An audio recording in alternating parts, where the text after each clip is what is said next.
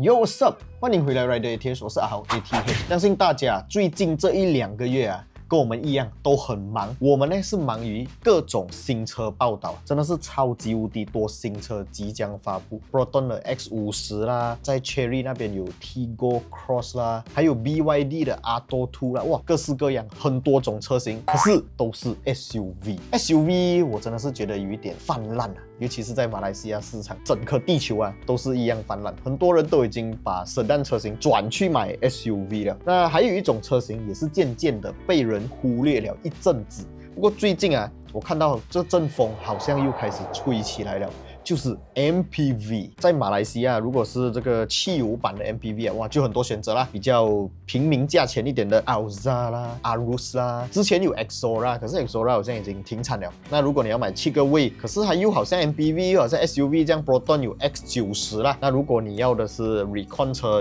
，SD 版应该比较难找到了 ，Wish 也是很难找的，就 Alphard Wildfire。讲到 Alphard Wildfire 呢？ 它有一个同级竞争对手 Denza D9 我觉得它如果讲要跟 Alphard Wildfire 来同场竞技的话呢，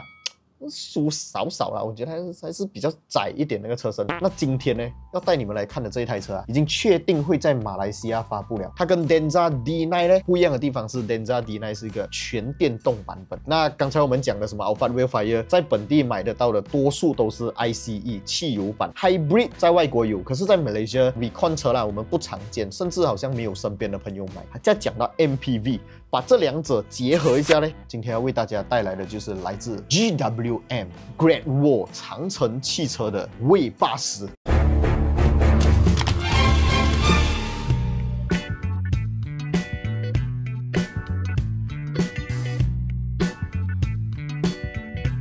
在影片开始前，就要介绍大家一个非常 good job 的 wiper， 就是来自 Droplet 的 wiper， 它具备超强拨水功能。有时候你放在一些大炒档旁边啊，他们炒菜的那个油烟会附着在你的大镜上面，从而让你的大镜上面产生一层油膜。Droplet 非常贴心哦，在里面附送了一包黑科技 tissue， 让你轻松的清理你大镜上面的一些肮脏杂质还有油膜。就算你在雨天开车，只要你的时速超过80公里以上啊，你的水珠就会自动飞掉，真的 very good job 啦。这个 wiper 是有 aerodynamic 的功能，我们平时开车的时候会撞风嘛，这个风啊把这个 wiper 顶下去，从而扫水的时候可以有更好更高的效率啦。那如果你们想要买到这个 Droplet 的 wiper 的话，非常简单，在我的影片下方 description 还有留言置顶区那边就可以找到一个 link， 点击进去就可以查看属于你们各自车款的 Droplet wiper 的价钱了啦。那事不宜迟，我们现在就回到今天的影片主题啦 ，Let's go。那这个 W80 的影片呢，是我们之前整个团队一起被送到中国上海国际车展拍摄的啦。那接下来的画面就交给我们的 Jermaine 为大家继续报道啦 ，Let's go。Yo, what's up？ 欢迎回来 Rider ATH， 我是 Jermaine。说明说今天还是在 GWM 的路，不过我们今天不看 GWM， 也不看哈佛了，我们带大家来看一下我身后这一台，同样是来自 GWM， 不过是他们的旗下子品牌，叫做 W。而我身后这一辆呢，就是之前 GWM Malaysia 有在 Claim 上面先给各位 preview 过的，当然我个人也是已经 preview 过了的啦，没有错，它就是 W80啊，中国这边是叫做 W。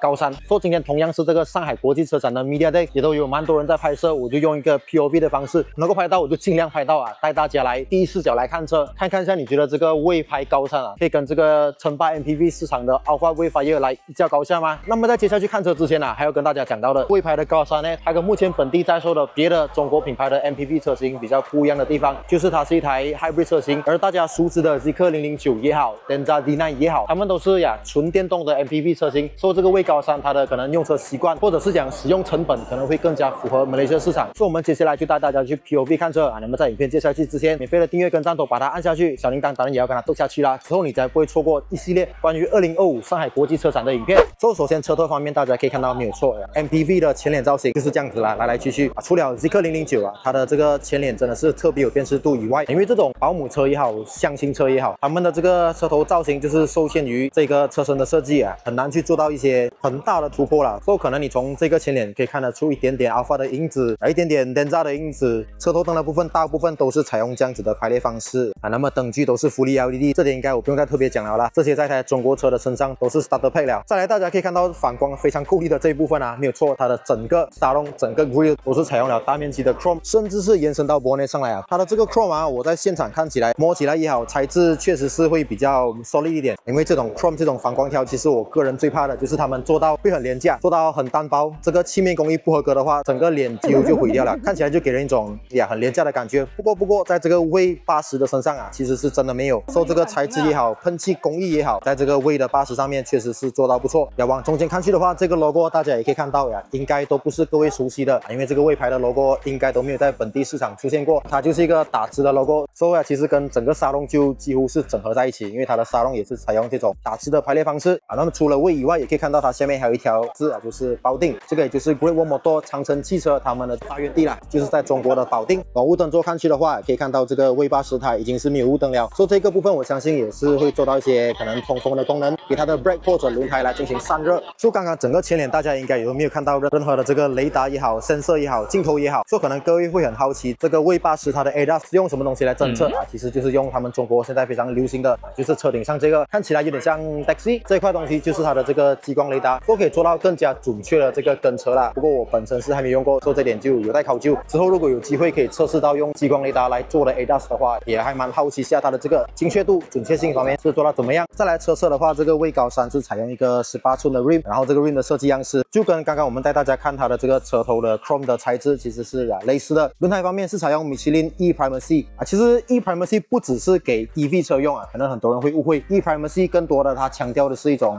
电动车的行驶质感，没有错，也就是静音方面、舒适性方面可能就会做到比较不错。除了这个 rim 的配色非常的 chill 之外大家也可以看到它是有采用了一个 cover， 所以这个盖板带遮起来过后，你就不会看到你的这个 nut， 可能看起来就没有那么的不好看。再来 brake 方面的话，可以看到也是蛮大一块。至于这个 brake 为什么用到这么大，等下我也可以来跟大家聊一下这个 V80它的动力系统，各位绝对是会吓一跳的。来往车侧看去的话，没有惊喜啦，就是一台减轻的很标准的面包车车型，窗口非常大片，前座的门很大片 ，sliding door 也很大片。它的这个车身长度，我个人觉得啦，目测是比 Alpha 还有 V5 来的更加长。它的这个车身长度可能已经接近 Zeekr 009了啊。来到车尾的话，这个出尾灯造型啊，如果你把上面这边遮掉的话，单单只看下面这一块的话，就会有一种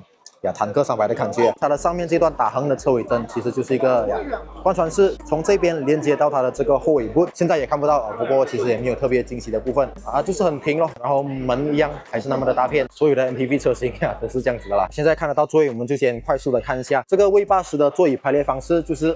223，说没有错，它是一个7人座的 MPV 车型。这个座椅的布局方式就是 Alpha V5 等等现在主流的 MPV 都会采用这样子的布局方式。车内装的话，这个配色我不知道未来引进本地的话会不会是采用这样的一个配色，不过就这种浅色系 MPV 车型都会主打的。不过你要问我个人的话我是觉得很难照顾一下啦，然后本地人应该也都不太喜欢这样子的配色那么前座部分呢，就可以看到这边是副驾驶的位置，副驾驶自己有一片屏幕，中间的话也还有一片相信就是可以做到一些 CarPlay 等等的功能。再往驾驶位看去的话其实就是有一个 Digital 的 meter， 那么中央扶手箱的位置可以看到也都是蛮高一块，然后这种无线充电我就不特别讲解啦，这些没有什么特别，主要特别的就是这个副驾驶也有自己的一片荧幕。不过这个配备不懂，如果有机会引进本地的话，还会不会保留啦？第二排空间的话，这个 V80它是主打有一个零重力的座椅，只要一键它就会直接放倒成零重力的这个模式。不过根据中国本地的一些汽车媒体测试过其实你在进到 D 档过后，行驶过后它就会自动把椅子重新站回起来，可能这个就是为了一些安全性的考量吧，只有在你停车的时候才可以放倒成这个零重力座椅的模式。突发新闻现在有机会看到车尾快速的拍给大家看一下，其实如大家所见就是非常平平无奇的一个车尾造型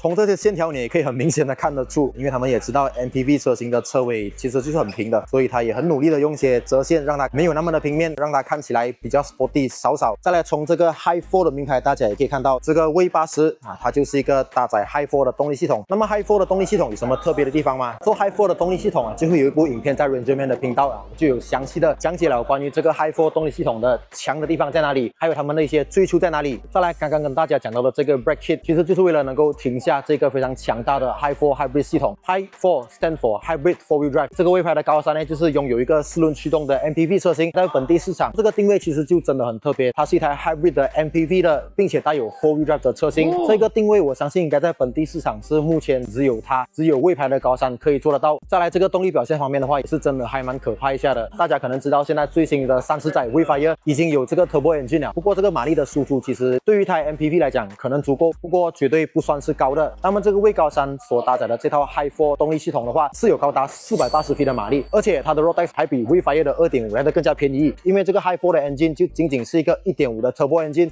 配上非常强大的2档的 Hybrid 系统，做这个动力输出方面是有480匹，400多匹在一台 MPV 车型上面是会有一个极夸张的动力表现，这个我不知道，也希望我会有机会试驾到这个 V80它的这个动力表现究竟是如何。再来，我相信作为一台 MPV 车型，可能舒适性也是大家会非常关心的。说这个如果之后有机会的话，也都会呈现出来给大家看。说这个 V80也已经确定会引进本地市场了。那么价格方面的话，我觉得这次应该真的会有惊喜，应该也真的会非常的有竞争力啊！因为 GWM 马来西亚也确定他们会安排这个 V80来进行 CKD 本地组装。售价方面 ，tax 方面，我觉得又会省下不少。那么价格方面，我觉得是真的肯定会很有惊喜的。所以各位也可以预测一下这个 V80在 CKD 过后它的售价会是多少钱，价格大概在多少方面，各位比较可以接受。因为要提醒各位，无论是 Denza D9 也好，Zeekr 009都好，他们都是纯电动车型，所以现在是有一个免税的政策，所以其实你就很难拿他们的价格来跟这个魏高山来比较啊。就我刚刚跟大家所讲到，这个魏高山它是一个 Hybrid 车型，而 Hybrid 车型目前在本地是没有任何的税务回扣的。不